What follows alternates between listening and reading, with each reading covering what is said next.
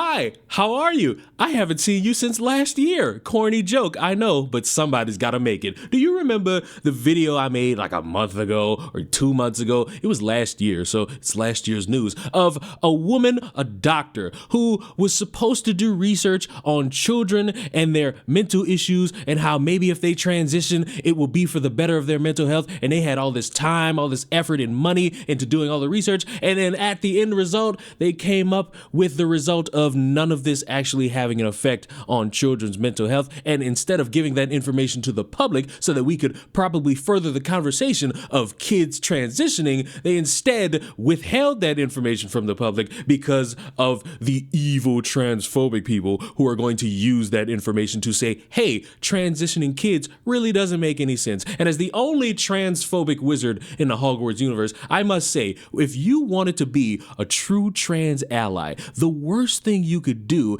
is give ammunition to people who already are against you. And when you are given money, time, effort, and the resources to do research to help or disprove your own argument, and then you hide that, boy, you did a great disservice to all those transgenders who are hoping for a different outcome. But that's old news. The new news that I didn't know about is that this doctor, I think along with others, are being sued. Why? What fucking reason other could you have guessed? Like financial reimbursement for the medical costs that this has caused me. I am mostly doing this because there's a lot of speculation online that this doesn't happen. Nobody's fast-tracked into this, and the lack of gatekeeping in this process is really absurd, and people like me fall through the cracks. How old were you when you started? I was about 12 when I started on puberty blockers. What did your parents say? My parents were really resistant originally, and they were pretty strongly believing that I was not transgender, and they were told by my former doctor that I was at very high risk for suicide if they didn't agree to the treatment. And you were not? No, I was not suicidal at the time, and I only attempted suicide after being on testosterone. And when you finished, you were roughly how old? I finished testosterone, or I fully stopped taking testosterone earlier this year. And when did you decide this was not for you? Earlier this year, after completing DBT therapy and sort of having to actually process my trauma for the first time, I sort of started thinking about my future and if I wanted to have children, and I couldn't imagine myself as someone's father. Jordan, talk, if you will, about the lawsuit, and I know you're trying to get this message out. What is the wider message you want people to take away from this? Yeah, Trey. So, Clementine is suing for medical negligence, and her story is, of course, unique. But what I can tell you is it is by no means isolated. And so by that, I mean, we started our firm with the sole mission of representing detransitioners and victims of radical gender ideology. And I can tell you that in just over a year and a half, we've spoken to over 125 potential plaintiffs or their families. And you hear very similar stories over and over and over of vulnerable children and young adults who are fast-tracked absolutely into completely life-altering, life-destroying, and family-shattering treatments purported that they can never come back from. And it is by no means isolated. It's happening every single day to scores of children across this country. And that's what I'm wondering, because he says people think it's isolated, that these are very rare, and you're saying that's not the case. No, I know tons of people that have detransitioned and tons of children that have transitioned, even younger than me, starting medical treatments. I grew up around lots of people through the clinic that I saw my doctor through, and seeing people dismiss it is really disheartening to me. And what would you tell the younger you? What would you tell these younger people who are thinking the very same thing that you were thinking at 12 years old? I mean, for me specifically, I wish I could have told myself that there is no right way to be female, and that if I hate myself for being female, that doesn't mean there's something physically wrong with me that I need to buy a cure for.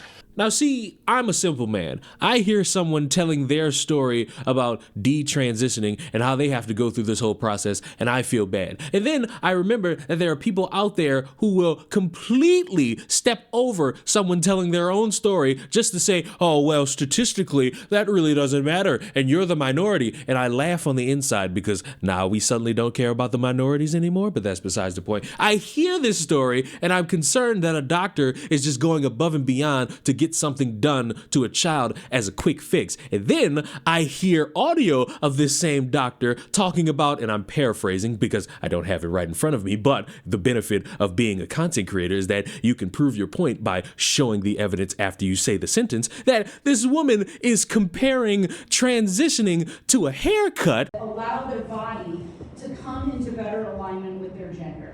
Does that make sense?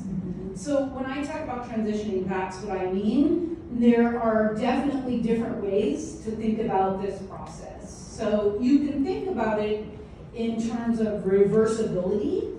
So social transition, or elements of social transition, including like your clothing, your hairstyle, your name, your pronouns, the toys you play with or the games you play with, those are all obviously reversible things.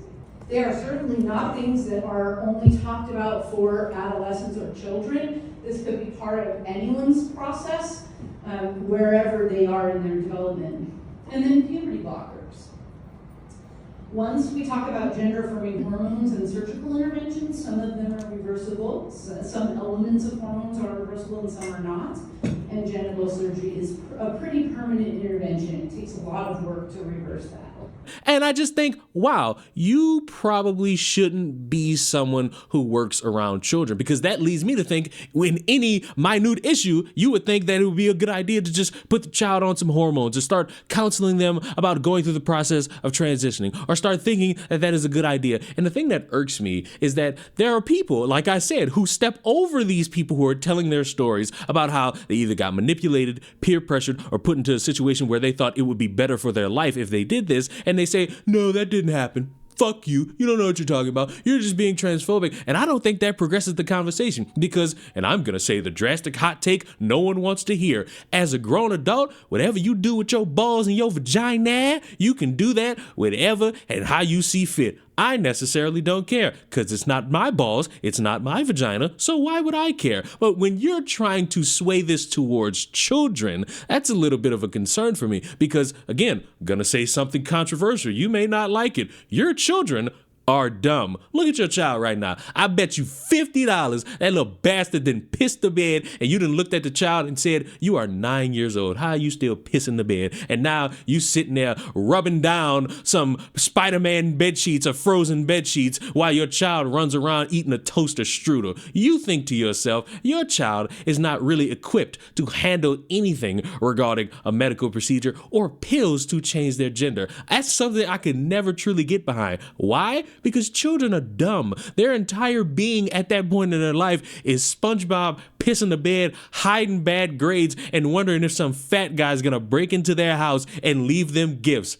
Disgusting way to raise children, by the way. You know you risking your life doing Black Friday shopping to get them a present. You deserve all the thanks and all the accommodations and acknowledgement, but that's besides the point. We don't need to be hiding information from people that would further the conversation, because when you do that, you give more ammunition to your opposition that's ready to say, fuck this, get rid of it, we don't need it in society. You create that toxic environment because you're unwilling to have that conversation. You're unwilling to speak to these people. You're unwilling to demonstrate that you actually took the time to care about this subject. And yeah, maybe it didn't work out the way you wanted, but at least you're being true to the research that you came about. And you didn't do that. And welcome to the chickens coming home to roost. Now you're going to have more people coming out and saying this whole trans thing made up, get rid of it. We don't need it. Throw it away. Fuck it all. Lock everybody up. And that's your fault. And then you have people who know of you because they went to you for help and you did this to them. And now they're coming out the woodwork suing you. And that's your fault. And the conversation's going to get worse. And more rhetoric is going to get spewed. And that's going to be completely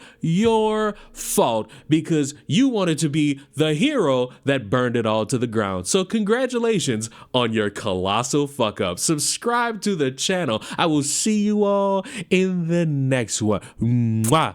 Told y'all I still had this pink hat.